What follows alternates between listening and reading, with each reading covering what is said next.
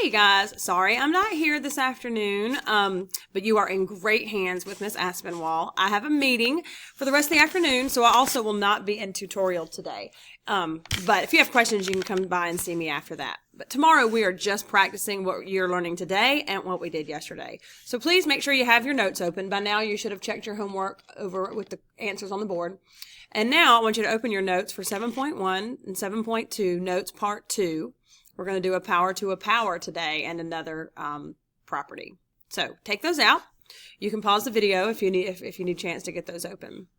And I want you to start out with the warm-up. So go ahead and pause the video and answer the 3 warm-up questions and then play the video to see the answers, how you did. And you can talk with a partner or somebody sitting near you while you're working on those. It shouldn't take but a few minutes. Okay, so I'm going to look at number 1, and I'm going to realize that I can use the property we know. We're dividing things with the same base. So 6 to the 4th over 6 to the 2nd. Remember, I can subtract their exponents. So I do 6, 4 minus 2 is 2. Then I'm going to look at a to the 5th over a squared. Again, I'm dividing, so I can subtract their exponents. 5 minus 2 is 3.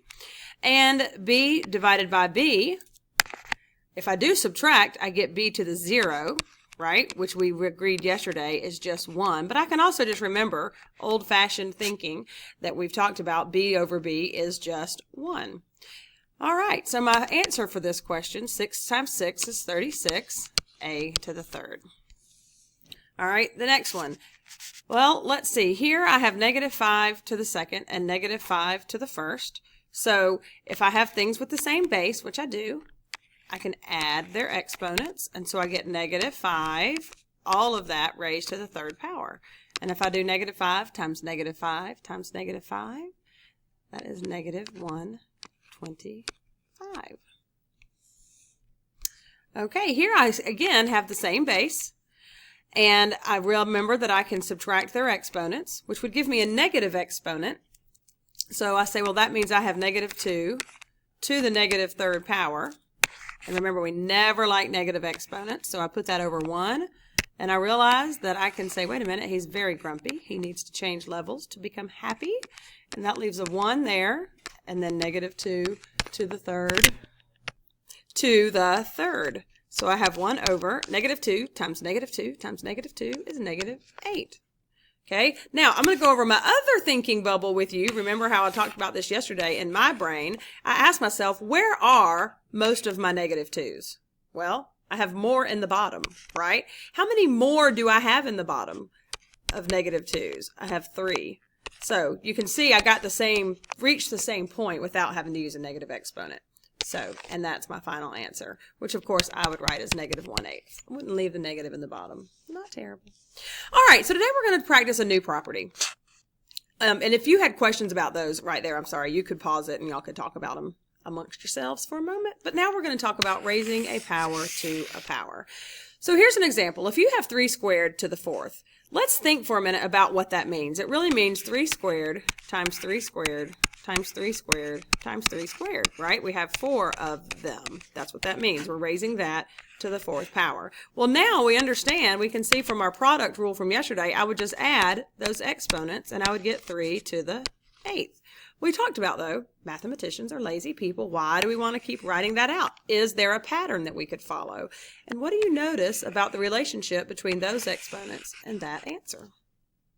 Yes, I bet somebody out there said they are multiplied, and that is, in fact, the rule. So, just like we did yesterday, let's draw a box around our actual power rule, raising a power to a power.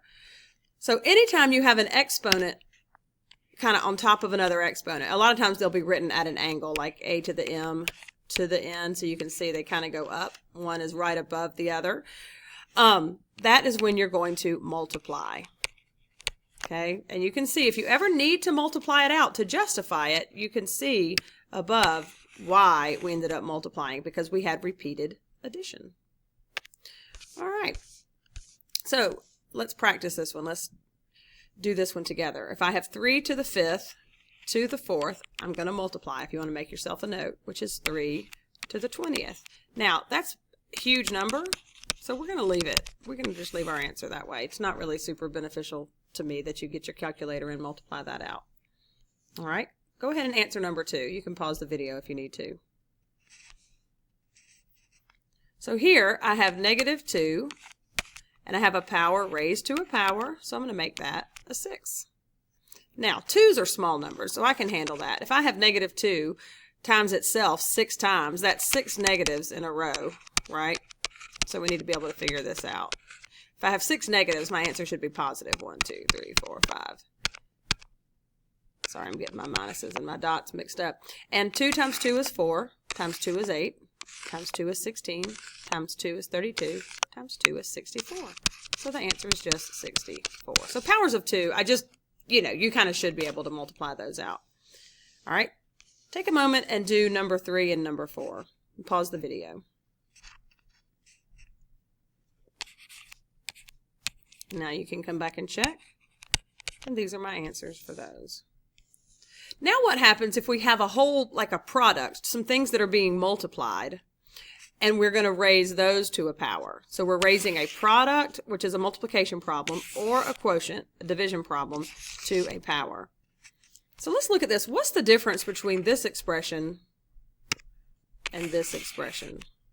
Hopefully you see that here, the only thing being cubed is the n, right? This is 2 times n times n times n. However, here, the 2 and the n are being cubed. This is 2n times 2n times 2n. So whereas this one truly still is just 2n cubed, this one is 2 times 2 times 2, which is 8. N times n times n is n cubed. So now we can see they are actually quite different because of those parentheses. Okay, so it's important to recognize when you have exponents exactly what is being raised to a power. Okay, so here we have 4x squared, which is really 4x times 4x, right? Well, that's easy for us to see now. We realize that's 16x squared. So hopefully you're starting to kind of see the pattern here. Here, if I have 3a squared, all of that is being cubed, which means I have 3a squared times 3a squared times 3a squared. So 3 times 3 times 3 is 9. A squared, a squared, a squared. Remember, I have the same base being multiplied, so I can add their exponents. 2 plus 2 plus 2, a to the 6th. So again, do we have to always write it out like this and expand it out? No. We start to see that there is indeed a pattern. Here in this last problem, the 3 got cubed and the a squared got cubed. Oh, y'all, I'm so sorry. I've left out the 3. 3 times 3 times 3 is not 9, is it? That's so silly. 3 cubed, a to the 6, really gives me 27, a to the 6. Forgive me. All right. Now, we can actually write down the rule. So again, let's get our little box and this is the algebraic rule for raising a product to a power. So we already had a power to a power above. Now we have a product to the power. And all it says is that exponent outside the parentheses goes to everything inside. So let's see what that looks like. The 4 goes to the 5, the x cubed, the y, and the z. Okay, so that gives me 5 to the 4th, because originally it was 5 to the 1st, right? So we multiply those exponents.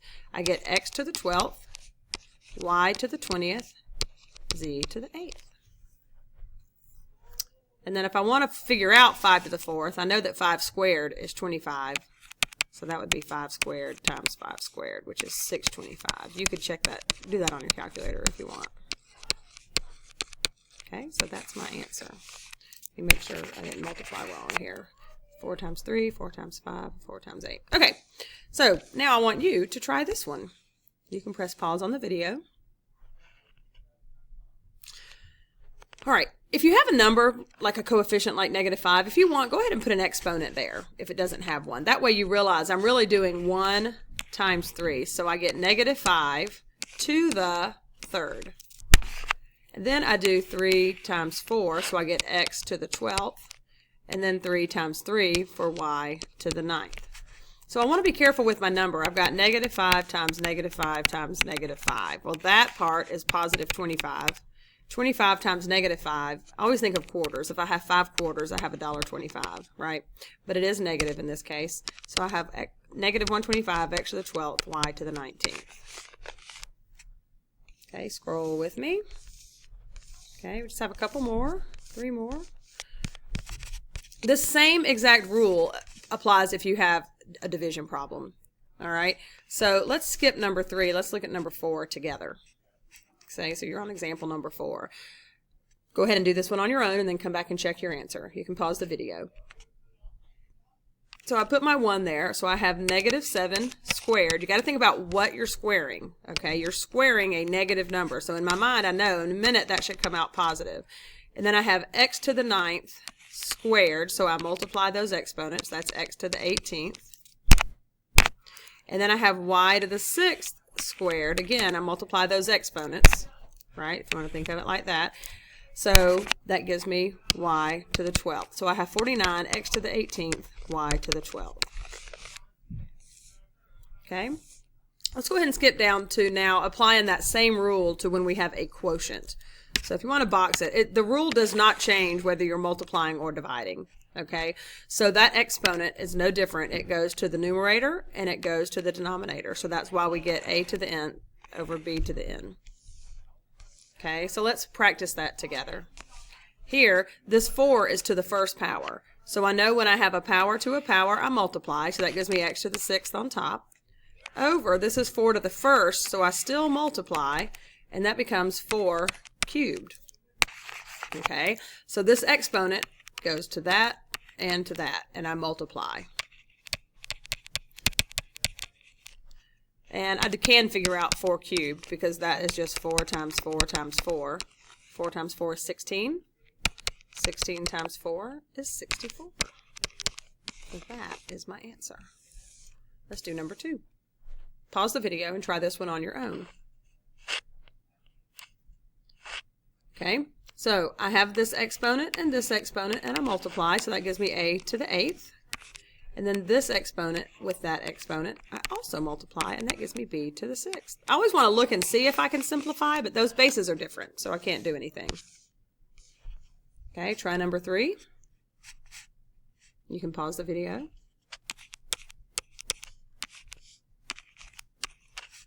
And there's your answer. And that is the extent of the quotient rule. Or not the quotient rule, but raising a quotient to a power and raising a product to a power. Okay, so sorry for making you seasick there. I was just scrolling back to make sure I didn't leave anything out. So what you can work on now is your homework for 7.1 and 7.2, homework day 2. It's the highlighted problems in green. Okay, and that will help you practice what we just learned. All right, so again, remember you can add rule lines to your page and do your work over here to the side. All you have to do is snip a problem.